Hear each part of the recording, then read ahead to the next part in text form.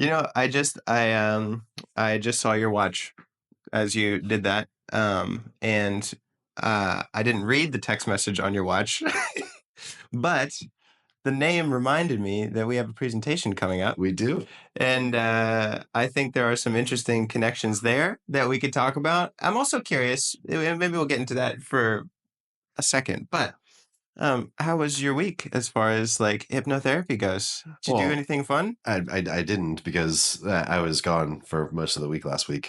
This is true, but maybe that was actually even better. It was Even more. absolutely a better example. We went on a cruise. Oh, it was a cruise. It was a cruise. Do you like cruises? I like parts of cruises. Okay. That's fair to say. I like it's a lot. It's always a lot for me. It's like that's kind of what I was thinking is like knowing you, I would imagine that actually might be way too much. Well, yeah, what we did is we get on the cruise and I like go through everything and Thea's like, oh, this would be great, this would be great, this would be great, this would be great. And I was like, I need to put this on the calendar. So we made a calendar on Google Calendars just for the trip so that we could schedule all of the stuff that was like planned for us to make sure that we got everything in. That's great. It was a short cruise. This was a 3-day cruise, but it was like it was a lot. Sometimes 3 days can be like too short to where you don't have enough time to like sink into rest and relax. You know, it was definitely not that. Okay, you were able to get. No. Sorry, it was definitely not that. It was not relaxing. That's what I was thinking. I was like, knowing you, I was like, that seems too short. It was. Well, I think that even if it was longer, with all of the stuff that they had, it was all fun stuff. It was all stuff that I wanted to do. But it was also like, hey, you've got 3 minutes to get from this area on the boat to this area on the boat so that you could go to the next thing. Yeah. And it was great though. There's a program for I just learned about it when we were on the trip because we're talking to a couple of other couples. Margaritaville has a thing for veterans, first responders, and people that are in the limited to people that are in the medical field, and where you only have to pay taxes. For the cruise? For everything. For the cruise? Yeah. Oh. So we were talking to this couple, and they got that's wild. They went on this 3-day cruise for like $168. Wait, you say it's for medical providers too? Yeah. Like our licenses count. Oh. Let's go. You have to sign up for this program, and it's a national program, and I guess there's a whole bunch of other like options for people to like a whole bunch of other like companies take advantage of if you are registered with this program. Okay. You just give your program number and then you can go. But well, that's interesting. But the most fascinating thing about cruises though is hypnosis. That's what I was kind of thinking. It was probably on the last day. It was probably like 9 a.m. and we get into the elevator and there's these like, it was a mother and a daughter. Okay. That went on a birthday cruise. Nice. Okay. And they were, I'm not sure if they slept that previous night. And they were plastered. Oh, I'm thinking like small daughter. This is like mother and daughter. Adults, like adults. 30s and 50s. Okay. Got you. And they were yelling at each other on the elevator. Nice. And they were yelling at each other about times and schedules. And it got me thinking, and I was, they get off the elevator at a stop, and I looked at the end and I was just like, what a trance. They had everything, every single aspect of things that could be entrancing were entrancing to this relationship at that moment. Wow.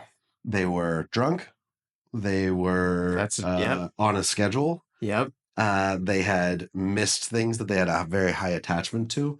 Oof. They were trying to plan for things that they had very high attachment to, and neither one of them was meeting the expectations of the other. Well, and I'm thinking there's a deep suggestion mother and daughter relationship, like the dynamics there. Wow. But everything about a cruise is like it's entrancing, like, and it's designed to be entrancing to turn your brain off. Or something. Or what do you mean something? Yeah, like, well, to turn your brain off and to get you to pay attention to something else. Mm, It's like it's just like one distraction after another distraction after another distraction of things that are supposed to be depotentiating. yeah. Yeah. Cruises really are like that. This little microcosm too. It's like it's got its own rules. It's got its own like synergy to it. Like there's a lot of situations like that. I was listening to a podcast on the way over here, with the Gottmans on it. Okay. On hypnosis. No, not on Oh, hypnosis, but talking about relationship dynamics. And so this conversation is making me think of it. And they were talking a lot about the trances that we have with relationships and how there's so many assumptions, right? Like assumptions that we want somebody that we're compatible with, right? Somebody who we have chemistry with. And there's like, you look at the research and none of that stuff is true. There's all this fairy tale type of romantic sort of talk and thought and assumptions. And it's like, they were talking about their research and they're like, actually, research says that you're much more likely to find your person by just like talking to a stranger. then That anything else. they're like if you make a list of your ideal partner and then I was to give you that person, find that person, chances are you wouldn't be able to stand them. They're like it was something like 22%. Like if you meet a stranger 22% of the time, like you'll hit it off and it's like a great connection. Like that's really. Well, it makes sense because of the expectations and the attachments to the expectations. I know. Like when you like with that list. Yeah, yeah. Yeah, it's too much. It's too Well, much. you're sitting here It's so saying like, tense. well, you didn't do this thing that I have on my list that you should do for me. Right. Right. I can't. I mean, that does make a lot of sense. I just thought it was great. I'm like 30 minutes into the 2 hour podcast, and I'm like, oh, this is gonna be great. It's gonna be great. But it's so informative for our job. And so, well, you got to see trance work on the consumer side, not so much the therapist side, which is so good. You have to have times to do that. I think I lose being the therapist all the time. Sometimes I forget what it's like to be on the other side of things. Well, I was just talking to somebody this morning about that. Just like the the the expectations that we have for people that we want to care for us. And I was telling you about how Oh, I'm working on trying to hold space for people that normally hold space for me, but then don't. mm, I mean, that's a perfect example of that. That's this mother and daughter of the Gottman research is plenty of people hold space for me. And if a stranger doesn't hold space for me and I don't have expectations for that person to hold space for me, I'm not entranced by, I'm not hypnotizing myself to think that they should. mm, And then it turns into a situation where I'm okay if they don't hold space for me. because you didn't have the expectations that they would. Yeah. And I didn't tell myself I need to or they need to hold space for me. Yeah. Well, your partner should hold space for you. Big air quotes there. Your partner should hold space for you. Your parents should hold space for you when you're not feeling well.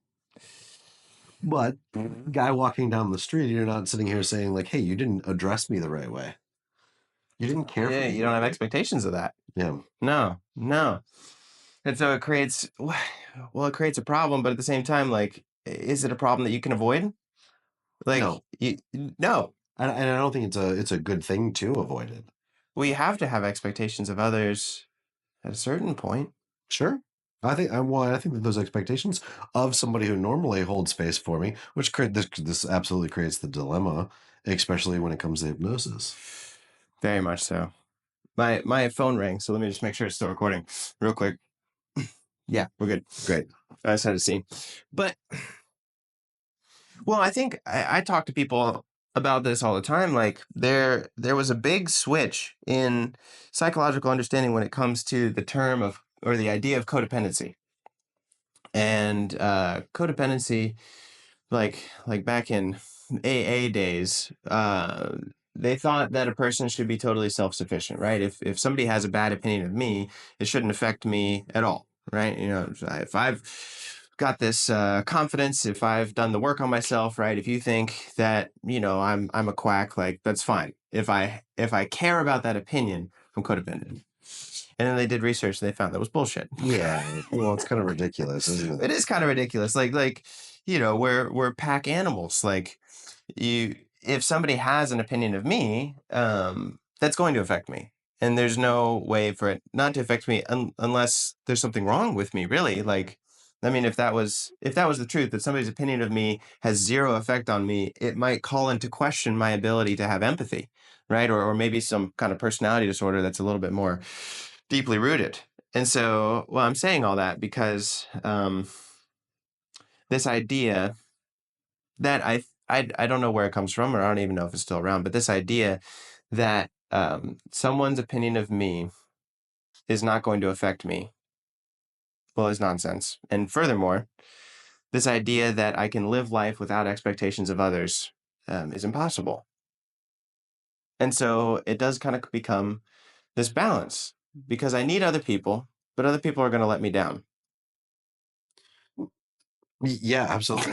Yeah. I don't know where that's going. I'm Well, just like, that kind of makes me sad sometimes, but I think it's the reality. I think it's less about whether or not somebody's going back to Gottman research. Yeah. It's less about whether there's going to be a breach in this. I think that this is Gottman stuff. But it's less about a breach of trust and more about what you do with a repair of trust. Yeah, Gottman's repair attempts. Yeah, Yeah. yeah, yeah. That's huge.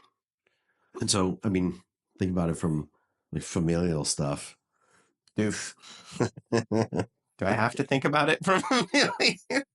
That's exactly. I was like, the thought that came into my head was like, oh God, do I want to go down I'd that rather road? not. Well, the issue with that is that in so many families, that something becomes traumatic. Going to trauma focused hypnotherapy, but something can becomes traumatic because there one isn't a repair, Yeah. and then two, there's a trance that's created, which is what I always say to clients is the thing that happens to us that we call traumatic, that is traumatic, Mm-hmm. is traumatic. But the most traumatic thing is the trance that we create afterwards because there's that ripping away of an identity. And in that ripping away of an identity is the trance that we create. Oh, well, if I'm not that, then I must be. And then we create a new identity to fulfill that spot, which Mm. going to the repair is a very unhealthy repair, which is why I think a lot of the stuff about codependency was created in the first place, but also why it's incorrect. Because it's not about that action, me taking it personally, Right. or whatever happened. It's about the identity that I created and the trance in that identity that was created that makes it so that it's so destructive to me carrying on with my life. Whoa. It's almost like I'm just thinking of this now. Do you think that's in any way got a mirror or correlated to repair attempts? It's almost like like the reaction formation from trauma is almost like our own repair attempt with ourselves. And Yes, sometimes we are unkind in those repair attempts. I We're think. just super critical. uh, I mean, just speaking for myself, I'm the worst. Yeah. I'll say things to myself like, well, that hurt so bad. Well, I'm never going to that hurt so bad. I'm never going to do somebody a favor again. Mm, I did that person a favor. They took advantage of it. They didn't reciprocate. They promised that they would reciprocate. And now I'm gonna be cold and I'm not going to help people. that sounds like pain. Yeah. Yeah, Sounds like a lot of absolutely. pain. I'm never gonna do that again. I could never go back to that space. We hear that all the time with clients. Mm, And I think one thing that a lot of therapists do that is actually destructive is they try and change that cognition without ever attempting to do a repair, as we're talking about it right now, okay, okay. with that client, with themselves. Could you give me kind of an example of that? Like what does a bad therapist do? They'll say, Changing the cognition. yeah, they'll use like a cognitive therapy and say things like, well, how can you think about that trauma differently? Okay. Like that person hurt That you. sounds good on the surface. Yeah, right. It sounds great. Yeah. Uh-oh. Right. Because they're saying, like, how can you, like, let's build some empathy with that person. That's good. Hmm. And that there's a space for that. That has to happen. But if it's left just with the, let's think about this differently. What was going on in their life, or were they having a bad day, or something like that when they offended you? And then you look at it, and you look at what that does to the psyche is it creates another trance that's just as unhealthy. That's not a repair for how they treated themselves or how they were treated afterwards in the trance. So what might be the trance that's created from a therapist saying that? Like, what's the dangerous suggestion there? I shouldn't be heard about this because I don't know what they were going through in their life. Oh, so it's kind of back to this repair attempts thing, or this codependency thing, Yeah, which is absolutely. like, well, that what they said to you shouldn't affect you. You should be stronger than that. Yeah, well, I mean, that's Oh, the message that is going to go with that trance that I created for myself. wow. And I can think of so many therapists and even myself who may inadvertently at times have done that. Said, how can we think about this differently? A client that comes in and is Wow. like, Wow. my partner did this, and this, and this, and this. I'm dealing with that with a couple right now. Just got a message this morning. A couple, heterosexual couple, wife says, we need to get in ASAP because he's being so mean. It's like he doesn't love me. He doesn't care about me. Mm. And it was just like in this like message, it was like trust was broken, trust was broken, trust was broken, trust was broken, trust is broken. And then it ended up with this isn't going to work unless we can get in. Couple of things with that is they're putting all of the repair responsibility on the therapist rather than on them Yeah. because and the reason why is because they won't implement the techniques that we've been going over to do the repair for themselves Yeah. and for their partner because they won't create that space. Yeah. Yeah. I deal that a lot with parents and children. They're a great example. Ugh. Yeah. The kid's the problem. The kid's the problem. The kid's the problem. Right. And I'm like, they're a minor. They can't be the problem.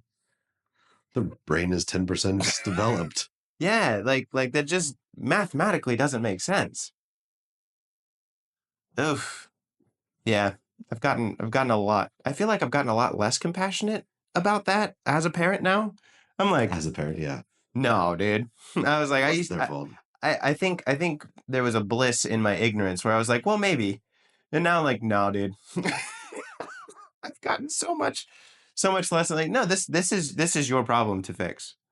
Well, let me ask you, like, how do you deal with that with a kid? Like, let's, if you could come up with an example, that's fine. But like, if there's like 10-year-old kid, 12-year-old kid Mm-hmm. that's coming in, and mom's like, Jesse, I need you to fix him. And there is like a trauma. Mm-hmm. I don't know. I'm creating a case study for you. Okay.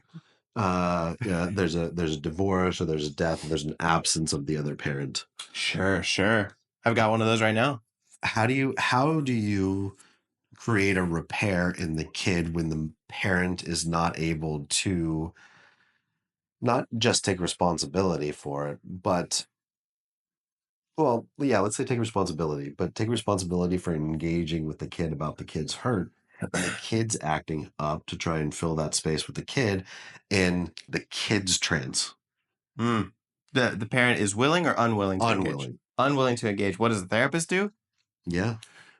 With the kid, if the kid's your client. I think the only, and this is where I get stuck. I think the only thing that I can do is to supplement the poor parenting. If the parent is really unwilling, right, and they want to send me this child, then I become the space to provide for that child what the parent is not, which would be, which would be unconditional love and acceptance, a place for them to authentically be themselves. And so, the rationale inside of my head, especially with that trance that the parent is forcing upon that child, Right. It is, isn't it? oof, is I have to be almost equally entrancing in the opposite direction in order to kind of create a counterbalance, right? Like if the parent's unwilling, Right. right? The golden situation is I can communicate some things to the parent. The parent's like, oh my gosh, I see where I'm messing up now, Which is difficult because a lot of parents which is aren't. difficult. Now, sometimes you get those. Yeah. You get a lucky few, right? And you're like, I really appreciate those parents. They're like, Side note, what like just doing the math very quickly. Yeah. About what percentage do you Oh think that is? God. Just for everyone else. um, what percentage? 10%? 10%. I was thinking probably like 15 or 20 for me, Yeah. but it's not good either way. Well, and it's so tough. It's so tough because you remember that video I sent you on Instagram Which one? where it's like I'm like trying to tell a client their diagnosis and they're like, "Well, I don't do that." I was like, I sent you a video and I was like, "Oh my God, if this isn't me in every goddamn therapy session." But it was like, you're trying to communicate to a client like, "Hey, I think you're on the autism spectrum, or I think you have ADHD." And you're telling them like, "Hey, one of the signs of autism is difficulty with communication," and they're like, "Oh, I don't have difficulty with communication." It's like I learned how to do that because I struggled so much to communicate when I was a child. That's what I'm talking about. Same thing happens with parents. So you'll tell a client the symptoms of a diagnosis, and they'll be like, "Well, I don't have those problems. I cope with them in this way." And I'm like, Yes, the reason you're coping with them is because you have the disorder, right? There's no shame in that, but you're proving the point. But how do I get through to you? Same thing with parents. Uh, I'm like, I'll tell them like, hey, these are the situations that are going on that are creating this trance, this hypnosis for your child that's causing the situations. And they're like, oh, I don't do that. I do this. They're like, that's what I'm that's talking it. about. Right. So I think my rating is so low. I do see a good number of children, Yeah, yeah. probably more in my caseload than your Yeah, yeah. caseload, and so I think maybe my numbers are lower because of quantity. But I wouldn't go up to 20% for me because that 10% that that extra 10% I think are the parents who want to try, are Oh, willing to that's a good try, point. but they say they did the thing, but they didn't actually do the thing that they needed to do. They And have so a then they get frustrated and give up. they have a wanting, but not necessarily like an ability or the skills to do it. Well, and I see so much. So in that 10%, right? I'm saying 10% actually get better. 90% the parent doesn't make a significant change that benefits their child, and I become supplemental parenting, Right. right? That extra 10% between, my 10 and your 20, I think also includes the parents who make a great effort for 3 weeks and then fall off. I agree with that. That happens quite a bit too. It's like we got a killer 3 weeks, and then I follow up. Kids' behavior improves, everything goes great, and they're like, they bring him back, and they're like, he's backsliding. He's falling back into his old habits. I'm like, well, are you still doing the plan? Well, it didn't Well, work. kind of. Or, oh my gosh, yes. Well, the plan's not working. What do you mean the plan's not working? Did you do this and this and this? Well, I mean, yeah, kind of. Oh my God. A friend asked me, they were like, they were being very kind, and it makes me uncomfortable. And they were being like, Jesse, you're really successful. You're doing all these things. And I was like, to be honest, like there's no secret formula. I was like, the biggest piece of advice, like if someone wants to be successful, is do the right things patiently and consistently for a very, very long time. Yeah, absolutely. That's the answer. Patiently and consistently doing the small things for a very, very long time. But then there's the parent that comes in and is like, I did that for 2 days and it didn't work. Oh boy. Oh boy. Side note, he sent me that video and it was about like like the first thing that she talked about was like stimming, Stimmy. and she's like flicking a pencil around and she's just like, I don't have things that I have to do. And as I was reading it, I was like playing with my hair and I was literally thinking like, yeah, I don't have things like that. I don't fidget. And then she has this thing about how it's like people that are on the autism spectrum that do have social skills, which air quotes because I think that's ridiculous that autistic people don't have social skills. It's a different processor, Right, right. and so it's a different way of communicating. So they do have social skills, but it's not the right social skills. And then she said something about how like so many autistic people that do have the skills have studied human behavior, and I was just like, that's not. I was like, that's not me either. And I shared it with Thea, and she's like, didn't you get like? Didn't you study my first like career? I wanted to be a zoologist. Uh, That's great. and I so didn't even know that. yeah, like every camp that I did as a kid, everything I was like, I don't want to be a vet. I want to be a zoologist because I have a way of communicating with the animals that's easier than communicating with humans. And then I went to work for the Department of Mm. State and doing like studying negotiations and how to. And then it's like I went into education and then I went into mental health because I was like, oh You've been God damn it. studying human behavior your entire life. Yeah, just communication. Yep. Still not very good at it. We're all growing. Right. I would say you are very good at it. Thanks. I would not agree with that statement, but um I think you're identifying with it like, yeah, no, that's part of me. Absolutely. It was like every single thing that she did, I was like, nah, damn it. No. Man. But No. that's our trance, right? It's like, I don't have that thing. And it's like, but you're doing all the things that I'm talking about. No, I'm not.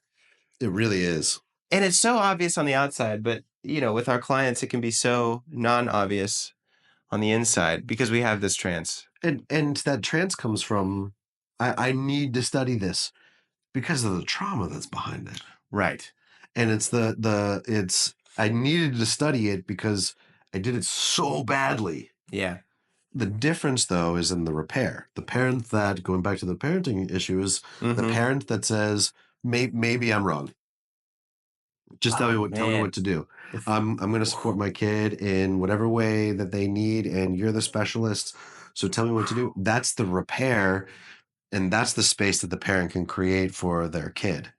When there isn't that, I can't think of a case. I can't name a name silently in my head of a parent who's come in and said, I'm sure I'm doing something wrong. Can you please help me? I I can, That but I mean, it's that's a beautiful statement. Like, yeah, hey, I love my kid. They're having a lot of behavior issues. I don't know what to do as a parent. Can you help me? Wow. That's bold. Like that takes a lot of confidence and like strength in your identity to be able to say that. yeah. There's very few people who can. Probably I can think of two cases In your entire career. in my entire career where it was the parent came to me with a minor and said, whatever you say, we'll do. Wow. Wow. Well, I'm going to circle back around to a tangent that we hadn't finished, which I'm sure everyone's thinking about. But we talked about some Wait, of the we didn't automatic. finish the tangent. Shocker. um, there are things that therapists will say when dealing with trauma Oh yeah. that are not helpful. And it's like, well, let's think about what they were going through, right? Or the empathy thing. What would you do instead as a therapist? That would be a more helpful repair attempt for that client who's experiencing that trauma. It's a good question. If I can get you to go back to that thought and kind of finish it up, just as a suggestion in our last like 5 minutes here. I want to get to whatever the trends is that the client actually created. So Yeah, unpack that for me. with that couple, the question is, I don't know if this is going to work. He doesn't love me. The actual trans is, I'm not lovable. And that's evident. Continuing with that trans, that's evident because if I was lovable, he would do the things that he needs to do to meet my needs. Yeah. And so we sit in that trance of I am unlovable. And the countermeasure to that is not to just tell a client that they are lovable. It's to address the Thank trance. you for saying that. Yeah. If you're just like, you are lovable, and it's just that's the cognitive stuff. That ain't doing it. I want to get to the trauma of why this person believes at a core level of the idea that they are unlovable. We gotta go. We gotta deal with that. Yeah. Yeah. Yeah. And We can't do a CBT worksheet for that one. no, it's counterproductive, I think, Yeah. because the harder I push the idea of positive affirmation to a trance, it actually feeds the trance. Just like when we go into that is a good example of using anxiety to put somebody into a actual closed trance, a closed-eyed trance. That's great. Is I say you are lovable. That what does their unconscious mind say based on that trance that they are in and stay in? No, I'm not. Yes, you are. No, I'm not. And Or worse, I have to now pretend that I'm lovable in order to make this therapist feel like they're a good therapist because I'm always trying to please others and make them feel good. That's my role. absolutely. I mean, there's an innumerable amount of ways to take that badly.